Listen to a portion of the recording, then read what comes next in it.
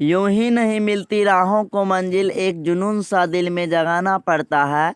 पूछा चिड़िया से कैसे बनाया आशियाना, बोले भरनी पड़ती है उड़ान, बार बार तिनका तिनका उठाना पड़ता है। Hello everyone, welcome back to my YouTube channel AY online academy.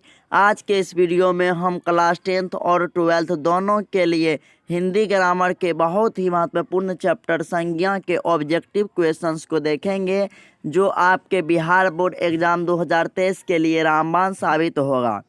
तो बिना देरी किए वीडियो को शुरू करते हैं। तो सबसे पहले हम समझ लेते हैं कि संज्ञा क्या होता है। तो चलिए, किसी व्यक्ति, वस्तु, स्थान या भाव के नाम जो होते हैं उसको हम लोग संज्ञा कहते हैं। तो आई होप कि ये आपको याद हो गया होगा, जैसे राम, श्याम, पटना, भारत, है ना। तो ये सब क्या है? संज्ञा है। उसके बाद संज्ञा के भेद के बारे में बात कर लेते हैं। तो संज्ञा के 5 भेद है। कितने भेद हैं? 5 भेद हैं। पहला व्यक्तिवाचक, दूसरा जातिवाचक, तीसरा द्रव्यवाचक, उसके बाद पाँचवा हो जाएगा आपका समूहवाचक, उसके बाद भाववाचक। तो चलिए इसके ऑब्जेक्टिव क्वेश्चंस को देखेंगे और उसी में जो है इसके प्रकार को भी हम लोग देखेंगे और जो है उसको समझने का प्रयास करेंगे। तो चलिए स्टार्ट करते हैं। आपका पहला प्रश्न है कि अर्थ के विचार से संज्ञा के कितने प्रकार हैं। तो आपको अभी तुरंत बताए हैं। ऑप्शन ए 4 दिया हुआ है, बी 5, सी 6, डी 7। तो इसका राइट आंसर आपका ऑप्शन बी हो जाएगा 5। ये काफ़ी इंपॉर्टेंट क्वेश्चंस है, क्योंकि ये आपके एग्ज़ाम 2018 में पूछे गए हैं। IA और ISC दोनों के एग्ज़ाम में पूछे गए हैं। तो प्रकार कौन कौन? तो पहला हो गया आपका व्यक्तिवाचक हो जाएगा, दूसरा आपका जातिवाचक हो जाएगा, उसके बाद तीसरा आपका द्रव्यवाचक हो जाएगा, चौथा आपका भाववाचक हो जाएगा, पाँचवा जो है आपका समूहवाचक हो जाएगा। ये आप कॉपी में अपने लिख करके इसे नोट कर सकते हैं। तो चलिए आगे बढ़ते हैं। आगे है कौन सा शब्द जातिवाचक संज्ञा नहीं है। देखिए, जातिवाचक संज्ञा को हम पहले समझ लेते हैं कि जातिवाचक संज्ञा होता क्या है। तो देखिए, वैसा शब्द जिससे किसी जाति का बोध हो, किसी जाति का बोध है। जैसे ऑप्शन ए जवान, जवान से किसी जाति का बोध हो रहा है, ऐसा नहीं कह रहा है कि वो जवान है, यानी कि जाति, यानी कि जो जवान है सब मतलब कि ये जातिवाचक संज्ञा हो गया। बी बालक, तो किसी एक बालक का नाम यहाँ पर नहीं लिया जा रहा है, यानी कि बहुत सारे बालक हैं, वो बालक का जाति का ही बोध हो रहा है। सुंदर, तो सुंदर कोई एक आदमी यहाँ पर सुंदर नहीं है ना। ऑप्शन डी मनुष्य, तो देखिए सुंदर जो होता है ना, वो कोई एक व्यक्ति जो है सुंदर होता है, इसलिए ये जातिवाचक संज्ञा नहीं होगा। क्यों नहीं होगा? क्योंकि सुंदर जो है यह भाववाचक संज्ञा हो गया है ना। तो इसलिए आपका ऑप्शन सी हो जाएगा सुंदर। उसके बाद जो है जवान, बालक, मनुष्य, ये जो है जातिवाचक संज्ञा है, यानी कि जिससे पूरे जाति का बोध हो उसे हम लोग जातिवाचक संज्ञा कहते हैं। और जातिवाचक संज्ञा नहीं है तो ऑप्शन सी सुंदर हो जाएगा। उसके बाद आपका अगला प्रश्न है, 1 मिनट रुक जाइएगा आप लोग।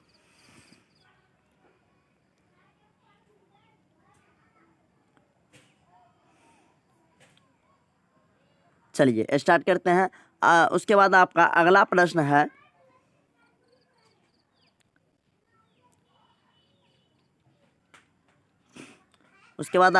प्रश्न है, कि निम्नलिखित शब्दों में कौन भाववाचक संज्ञा नहीं है। तो सबसे पहले हम समझ लेते हैं भाववाचक संज्ञा किसे कहते हैं।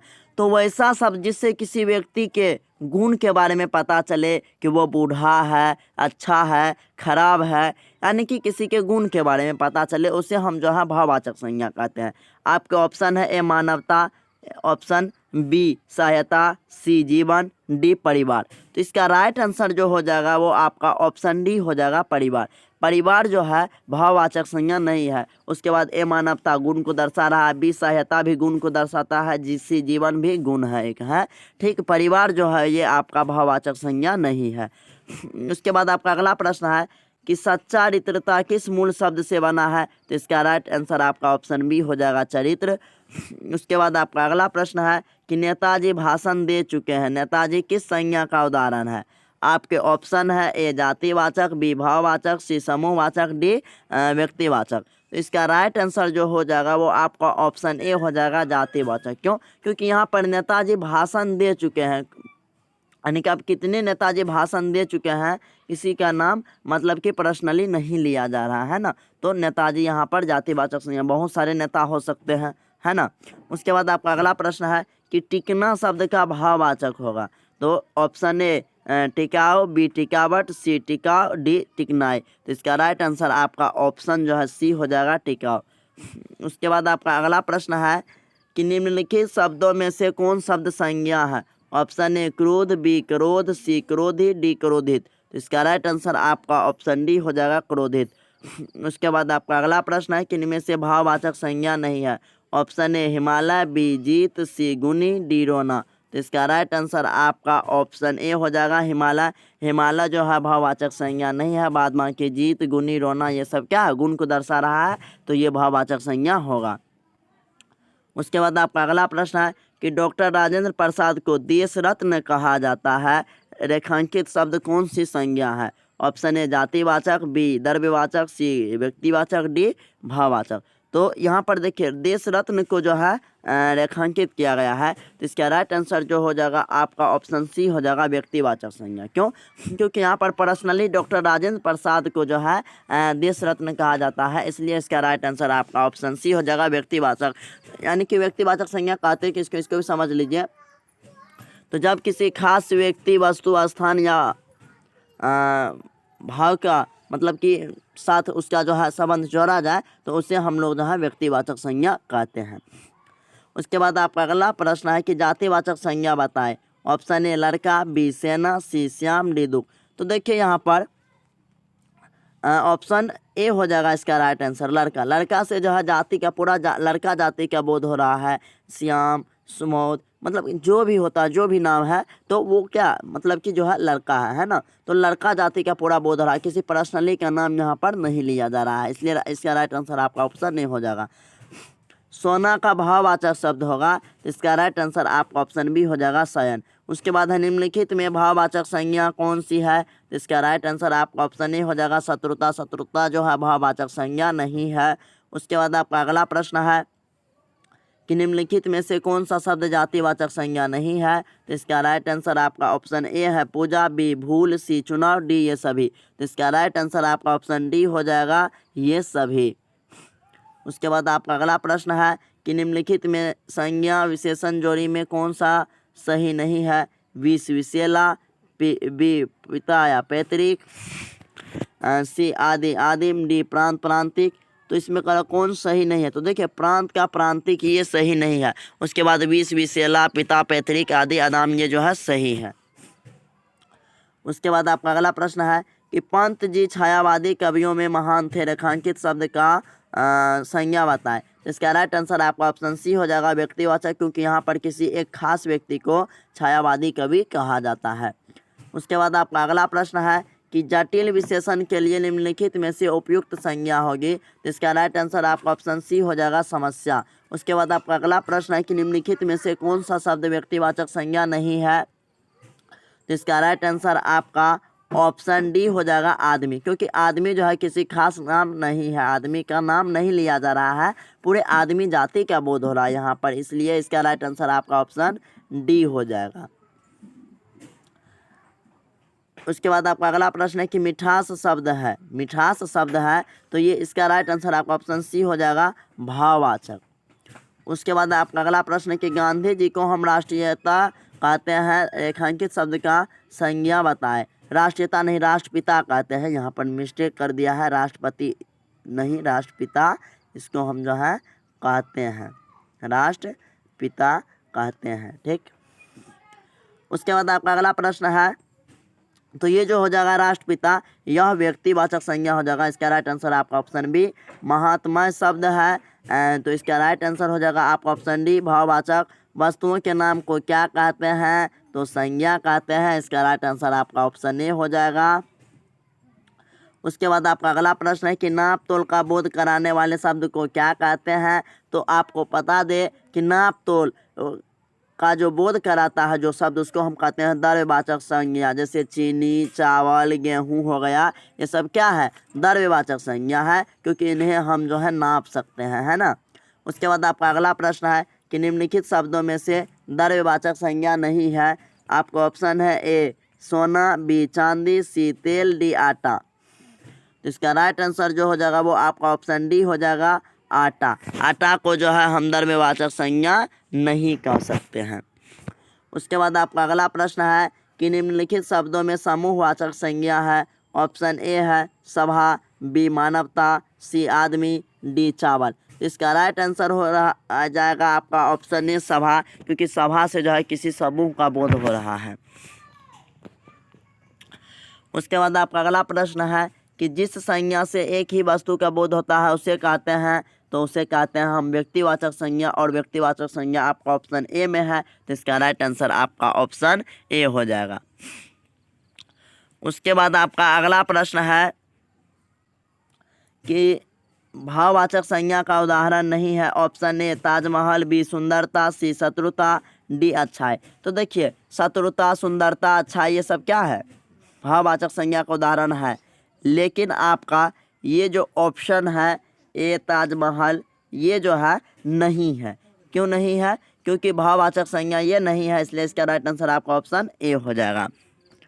उसके बाद आपका अगला प्रश्न है कि जातिवाचक संज्ञा नहीं है, तो इसका राइट आंसर आपका ऑप्शन डी हो जाएगा आगरा। आगरा जो है एक किसी खास जगह का नाम है, तो ये व्यक्तिवाचक संज्ञा हो जाएगा। संज्ञा का उदाहरण नहीं होगा वह, सुंदरी, मानव, पटना। इसका राइट आंसर आपका ऑप्शन ए हो जाएगा वह जो है संज्ञा का उदाहरण नहीं है। क्यों? क्योंकि ये सर्वनाम है। क्या है? सर्वनाम है। उसके बाद आपका अगला प्रश्न है कि स्त्रीत्व किस संज्ञा का उदाहरण है।